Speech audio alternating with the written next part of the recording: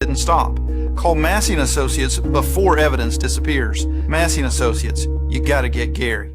We're throwing a wedding right here in our studio. I'm just so excited. Oh my God. It's the big I do, only on Drew. Weekdays at 3 on Channel 3. Stop by any Food City store to donate to the Share Your Christmas food drive. Welcome back to 3+U. Well, diabetes, one of the most devastating things that can take place with in a person's life and change their lives. And we're trying to bring some awareness to that during this month. This is National Diabetes Awareness Month. And to help kind of bring some light to that and some of the ways that we can avoid it, or if we have it, maybe even improve our health quite a bit. Brenda Borkgren is a nurse practitioner with CHI Memorial Family Practice Associates in Northgate. And Brenda, thank you so much for being part of the show today. I think this is really important. First of all, what do we need to know about diabetes? Who gets it? How do we get it? Tell me what we need to know. Well, just about anybody can get diabetes. There are two types, type 1 and type 2. Type 1 is autoimmune related, and then type 2 can be related to poor lifestyle choices or just hereditary, combination of both as well. Now, let me stop you there for just a second. When you say that type 1 is more related to autoimmune, that to me sounds like you almost can't help it. It's not really a lifestyle or choice thing as much as you just get it. Is that what I'm understanding? That is correct. So that's a little bit scary, and it flies in the face of what personally, until this moment, I've always thought about diabetes, that it's completely within your realm of control to determine whether or not you get it. Tell me a little bit more about the autoimmune type of diabetes. It used to be called juvenile diabetes because it's usually the majority of type 1 diabetes patients are diagnosed in childhood, but not all. Adults can be diagnosed with type 1 as well. There is an autoimmune component, and then the current theory is that you get ill, which triggers the destruction of the beta cells in the pancreas, and you become insulin dependent at that time. So when we think of juvenile diabetes, is that typically what we're talking about? Type 1 diabetes, correct. Okay.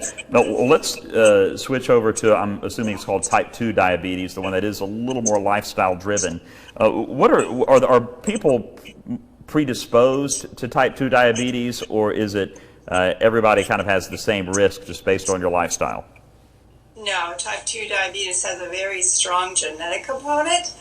I tell patients I'm fighting my genetics kicking and screaming, but I think I probably am going to end up with type 2 diabetes. It runs very strongly in my family.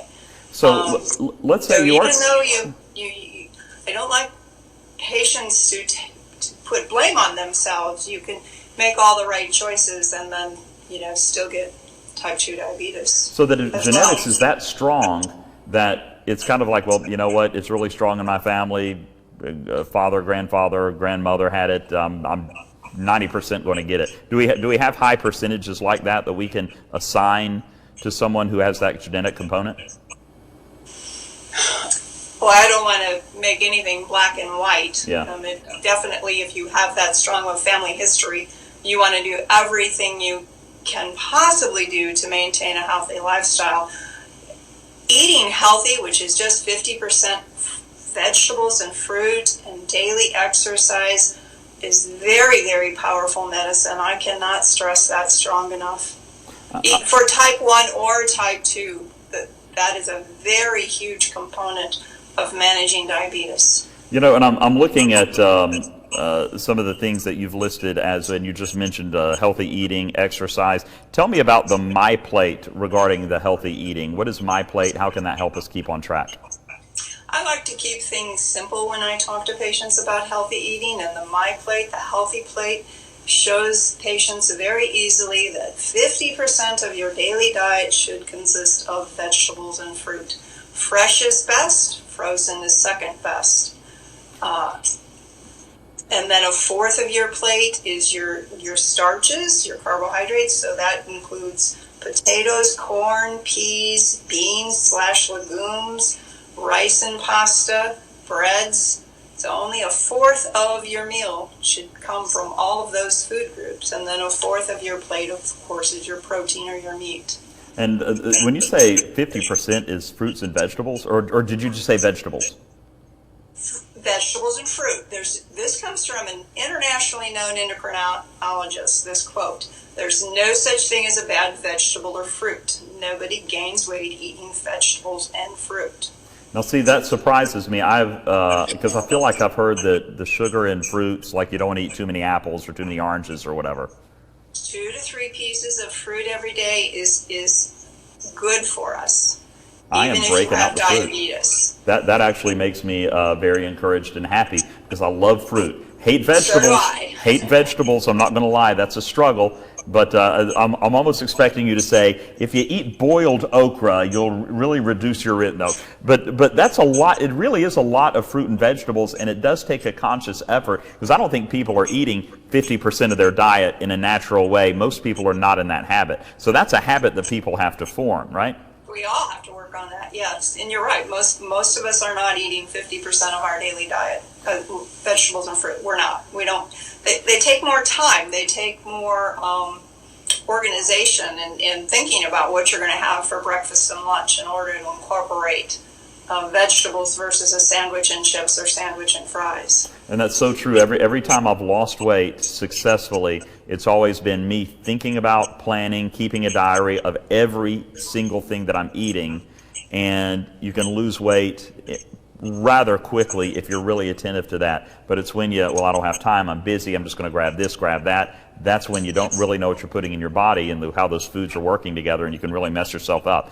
Folks that do get type 2 diabetes, a lot of hope. It's not over. As a matter of fact, can you get diabetes, make lifestyle changes, and get rid of diabetes? Yes, I've actually, now I'm not going to say get rid of diabetes. It's controlled with healthy lifestyle changes. It's a better way to phrase that.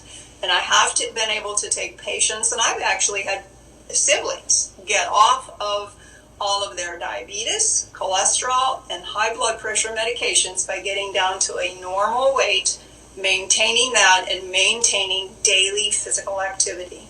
I've heard stories like that too, and so it is very encouraging, and all is not lost if you get that diagnosis. A lot of times people go to the doctor and they'll get diagnosed as pre-diabetic. What exactly is pre-diabetic?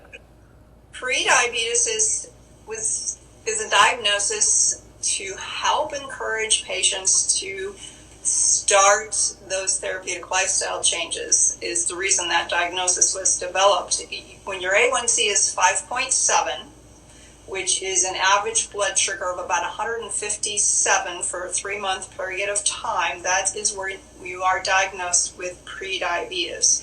And it's just meant to be a wake-up card, Yeah. It's time to get serious. And I will tell you that in a 6-month period of my life where I was not getting my daily 45-minute walk-in, my A1C went from 5.4 to 5.7. And my weight didn't go up. I just was not exercising. So is there an easy way to have that checked? Can you do that through a primary care? Do we need to make an appointment with CHI Memorial for that to happen? How do we get that checked? An A1C is a simple blood test. There's also a way to do it with just a finger stick, or it's a blood draw. And it's resulted within a day. Within 24 hours, we have the result. It's a very simple blood test. Well, let's give people your information. Brenda Borkgren, talking with her, is the nurse practitioner of CHI Memorial Family Practice Associates out at Northgate, and also a certified diabetes educator. And when I say certified diabetes educator, do you go into locations and talk to folks literally about diabetes? And who's your target? Who would you like to let know that, hey, I'm here, I'm available to talk to your group or organization about this topic? I have done that in the past. I am from Illinois. I recently moved to the Chattanooga area in March. So in Illinois, I did speak on diabetes to groups. I'm also board certified in advanced diabetes management. My practice is managing diabetes.